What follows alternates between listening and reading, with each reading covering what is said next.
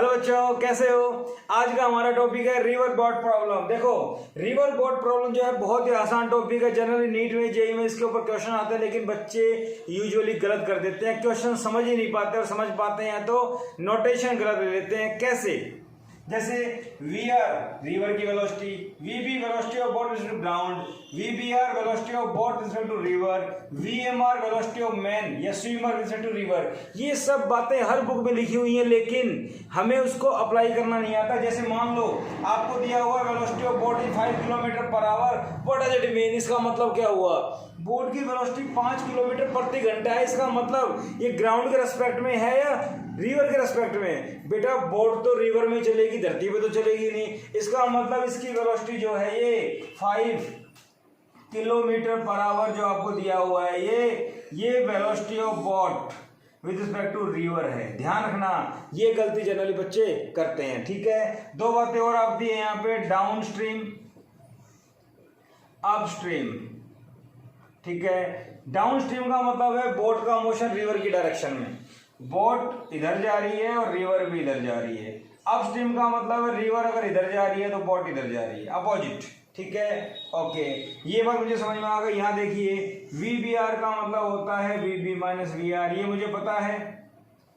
यहां से अगर मैं वी बी निकालता हूं तो मेरे पास क्या आ जाएगा? वी बी आर प्लस में वी आर। बात समझ में आ गई? ठीक है, अगर मैं डाउन स्ट्रीम की बात करूं तो डाउन स्ट्रीम के केस में क्या फॉर्मूला होगा? अगर मैग्नीट्यूड में लें, वी बी आर इधर जा रहा है, बोट भी इधर ही जा रही है, दोनों सेम, तो ये आ जाएगा डाउन स्ट्रीम। अगर मैं अप स्ट्रीम की बात करूं तो बोट की वेलोसिटी क्या है ग्राउंड के रिस्पेक्ट में? वी बी आर किधर जा रहा है? इधर, बट रिवर की वेलोसिटी तो अपोजिट है तो माइनस। ये दो फॉर्मूले याद कर लो, डायरेक्ट, कोई दिक्कत नहीं, बहुत आसानी से सवाल सॉल्व हो जाएगा। अगर रिवर की डायरेक्शन में तो प्लस, इसको डाउन स्ट्रीम बोलते हैं, और रिवर के अपोजिट तो ये आ जाएगा बोट की वेलोसिटी। जनरली जो सवाल करेंगे वो ग्राउंड फ्रेम में करेंगे। किसमें करेंगे बेटा? ग्राउंड फ्रेम में। देखिए, बहुत ही आसान सवाल। फिर एक बढ़िया सा सवाल करेंगे हम इसके ऊपर, कंसेप्ट बिल्कुल क्लियर। देखिए, सपोज कीजिए ये आपके पास एक रिवर है,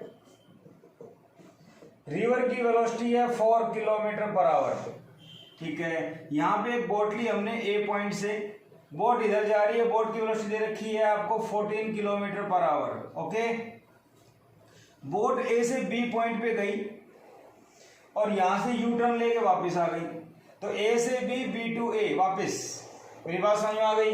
find time taken by boat, time taken by boat in going from A to B then B to A।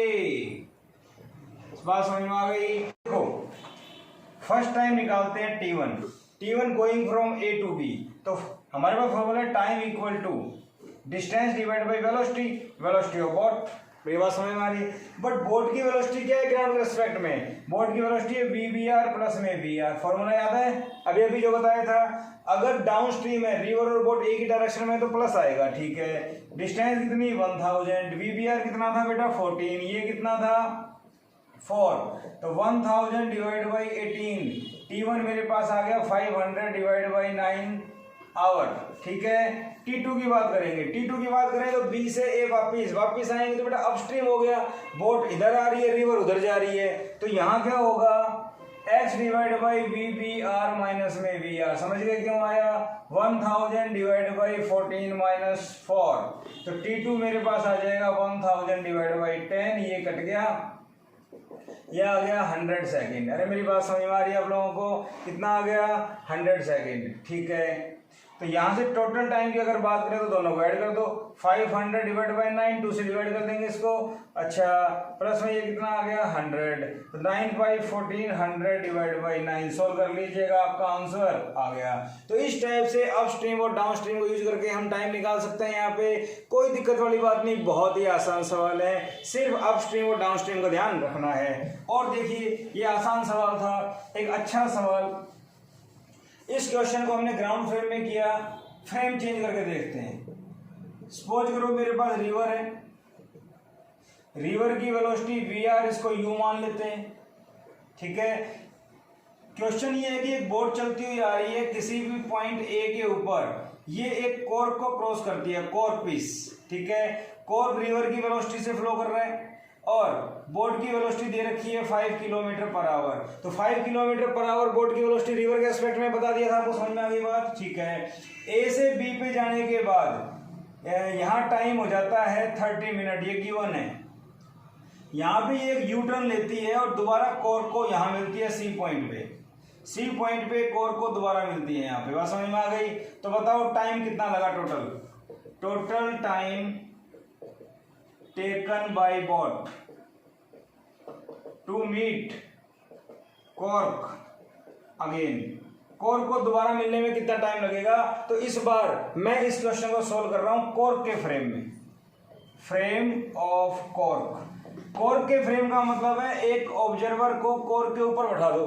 Observer जब बोट को देखेगा तो ऑब्जर्वर की वेलोसिटी रिवर की वेलोसिटी है और इस बोट की वेलोसिटी रिवर की वेलोसिटी प्लस बोट की खुद की वेलोसिटी है।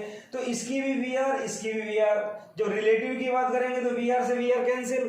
तो इस ऑब्जर्वर को सिर्फ बोट की वेलोसिटी दिखाई देगी। क्या दिखाई देगी? बोट की वेलोसिटी। इसका मतलब इसके रिस्पेक्ट में ये रेस्ट पे, जैसे एक रोड के ऊपर एक बाइक जा रही है, एक स्कूटी जा रही है, ये भी 60, ये भी 60।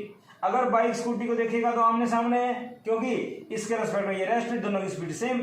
इसका मतलब इसकी भी वी आर, इसकी भी V R, V R V R same, extra से चलता हुआ दिखाई देगा। इसका मतलब मान लो कॉर्क पीस की वी आर है वो रेस्ट पे है, वी आर दोनों ही कैंसिल।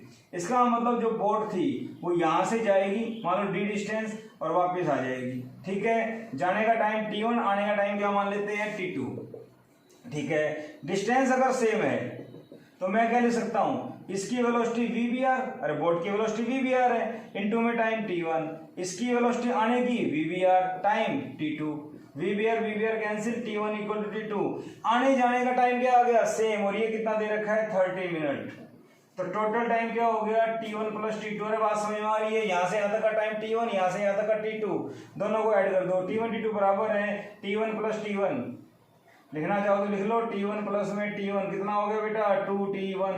T1 कितना दे रखा है? 30 मिनट। तो ये कितना आ गया? T equal to 60 minute. इसका मतलब 1 घंटे का टाइम लगेगा। बहुत ही आसान तरीके से हम लोग इनको सोल्व कर सकते हैं, बड़ी इजी मेथड है। अगर लेक्चर पसंद आया तो सब्सक्राइब कीजिए, लाइक कीजिए, शेयर कीजिए। Thank you.